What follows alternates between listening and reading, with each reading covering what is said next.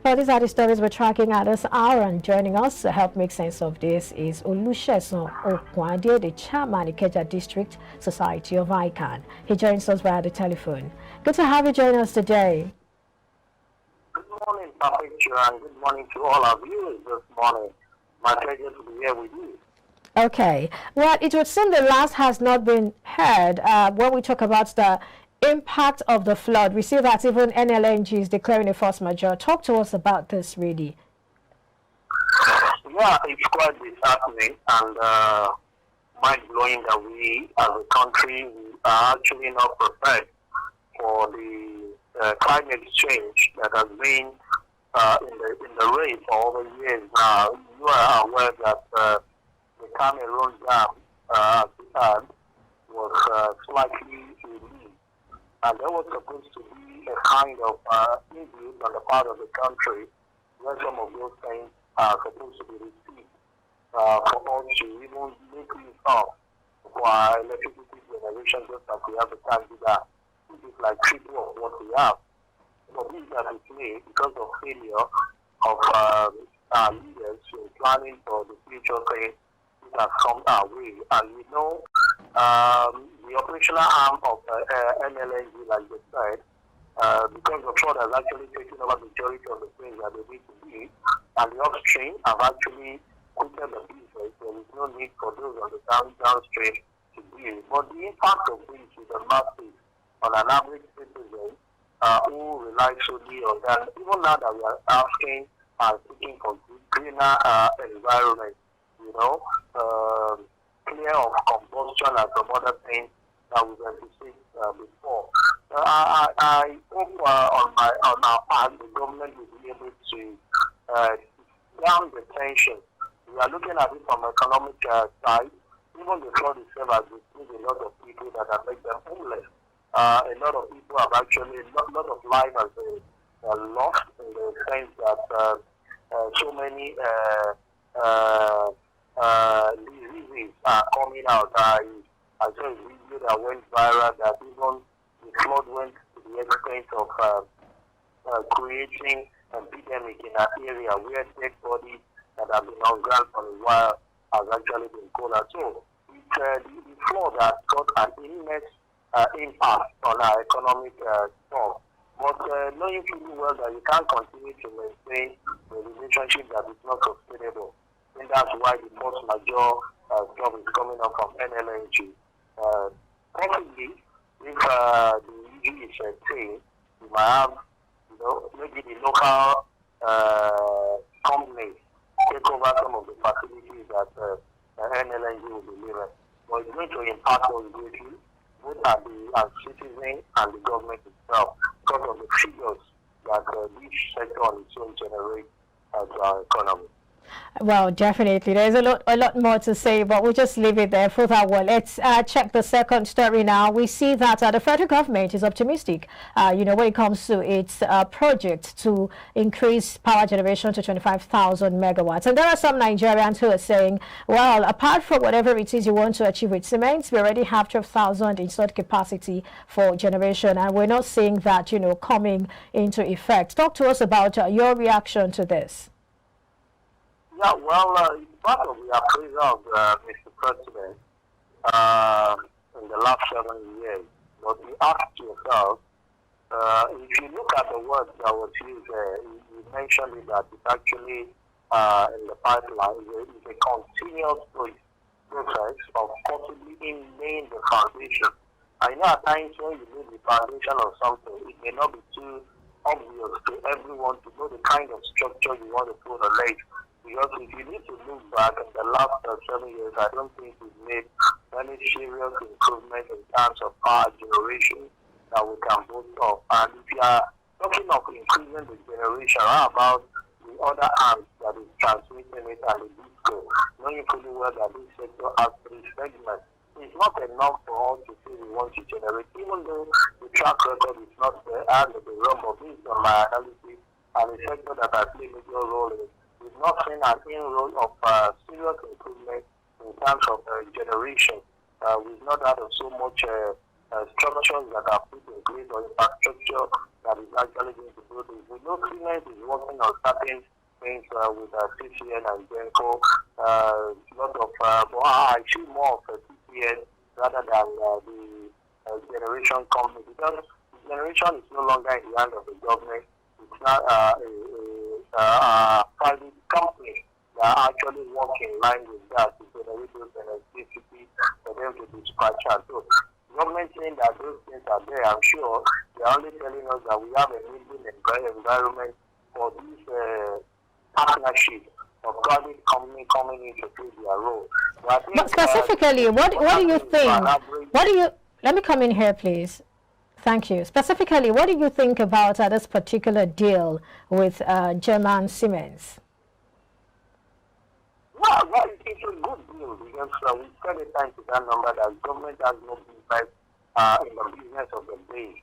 All they need to do is to create an enabling environment for people that understand the business to do. So if Siemens is coming in, they have a good track record of what they have delivered in other clients that we need to bring to bear so that other people who have the same expertise can develop that sector. So, like I said, I think government is just saying that we have a good landing for as many that want to play in that sector to improve the generation. But we do want to highlight it that more is needed in the transmission that is being owned, that the majority stake is being owned by the federal government, and also to make sure that there are so many control mechanisms to make sure that the distribution company is the last resort and every businessman and residential people have the right framework for them to deliver to their promises.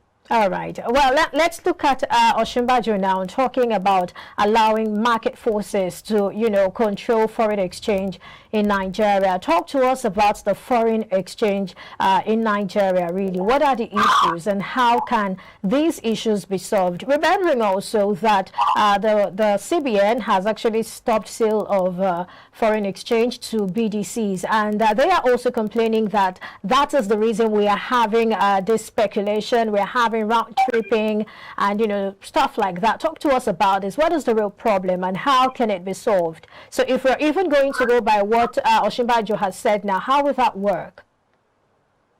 Yes, I've been one of the advocates of Osinbajo's policy on this foreign exchange stuff because it's just an issue of demand and supply. A situation where you allow the market forces to determine the flow of things is going to be a safe landing. Most of the policies of the CBN of late, not selling to BBC, not doing that particular thing, creating a parallel market as in this official rate, this is the black market. It has not worked the way it is. We know the number of months that BBC has been suspended, that they don't sell things to them. But as we see the cost of the foreign exchange, the answer is no. Because majority of the people that are supposed to bring the influx, because of the fear that if I pump this into the system and I need such for my business, how do I get it? Majority of them keep hold to it. That, okay, well, I'm supposed to give this back, but I already have another business I'm going to do. So, and all these things count. 1 day, 2 days, you are taking the dollar that is supposed to be in circulation for others to have access to, and you are not using it. It has an own impact of it. And I think I support the idea of what the Professor Osinbajo has been saying. It has been my own position too for long that allow the law of demand and supply. In such a way that when I put it in, the way it works, if you have supply, and you need supply the demand, it will definitely go down.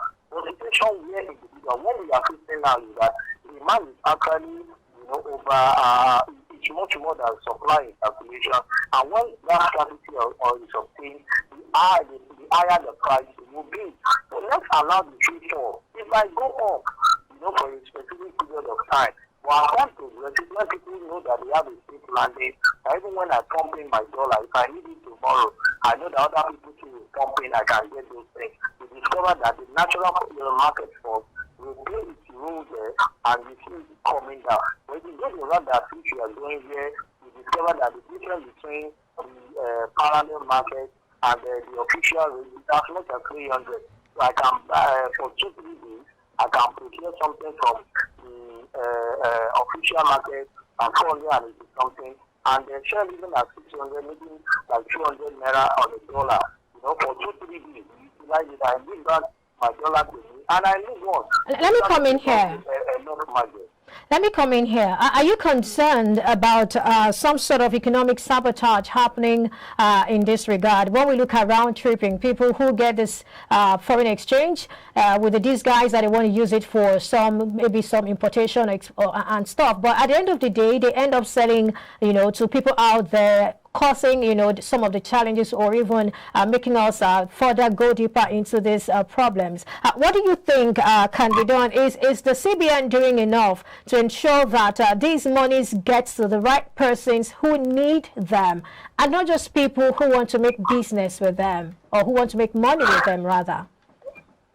Yeah, potentially the system encourages that until we allow the market forces to determine some of these things, we continue to have it. Even some of the people in the financial institutions use this to carry out their own business too, because they need the margin and they all monitor the activities of what they do. You discover that those that monitor themselves need some of this money, because there's a serious gap. If you are even using it from one hand to the other hand, you can make enough. Just imagine you have like $100,000 to yourself, and on each dollar you are making 100 naira, 100 naira difference. So it is, or much more than that. You can imagine what it is. So the system encourages and trading, and until you allow the market forces to determine this, where people can have the comfort that if I pump in dollars and other people can make it, when I need it, it will be available for me to do. That is when we can have a share and improve foreign exchange market. But with the one that we have now, the trading will continue, and the most people that needed the funds may not have access to it the way it should, because of the discrepancy between the parallel market and the official rate. Okay, very quickly, let's have your thoughts on the final story on foreign airlines funds. What would be the perfect solution to that problem, really? How can we get ourselves out of this mess? Yeah, well, I love the initiative of Speaker of the House of Representatives, what he has suggested. But I feel the more light on the table of CBN, because those are the people that control this foreign exchange that we're talking about. And you know, the last time that we have these challenges that they are owing them, and some of these people cannot definitely get the fund that is expected of them. It was because of the scarcity of dollars calculation, and CBN came out to say they just try to use that to mop up certain funds. Until we have an realistic overview of our foreign exchange policy in such a way that even when those funds are on ground, the people that those things are meant for are able to have access to the funds for the operational reason, not withholding or withholding it. And if you allow, like I said in the last one, allow a free flow of the currency, whichever way it is, you discover that it will affect and do so much in the area of business delivery, build the image of the country as well. And if you are able to get dollars at a cheaper rate like we used to have before, it skyrocketed to the rate at which you have now, there won't be any reason for people harboring or trading or using it for trading. You will use it exactly for what, but these days people keep dollars not because they need it, but they are already thinking of the future. Speculation. They are only having this apathy, this fear that if anything goes wrong, the dollar they have to pay at 700 might get to 1,000 tomorrow. So this one that I have, let me keep it. And in such things, I think this is a good place to end it. Running around the money the way it should be. So the government should look at the way of making sure that our foreign exchange policy works out, so that the aviation sector who relies solely on this can have more beneficiary of everything. Okay, thank you so much for your thoughts. I know there's a lot to say about this, looking at the fact that it's scarce. I mean, on the supply side, we don't have it. I totally understand all that. But this conversation will continue some other time. Thank you so much for coming on the show. Thank you very much, Patricia, for having me, and the blessed day for all our viewers. And you too. Bye for now. All right, we've been speaking with Olusegun Okwade, the chairman of Ikeja District Society of ICANN. While the Nigerian Exchange Limited (NGX) opened the week in a bearish territory. All share index and market capitalization depreciated by 2.53% to close at 46,365.95 points as Airtel Africa witnessed a 10% slide. Well, this will be our focus when we come back from this break. Stay with us.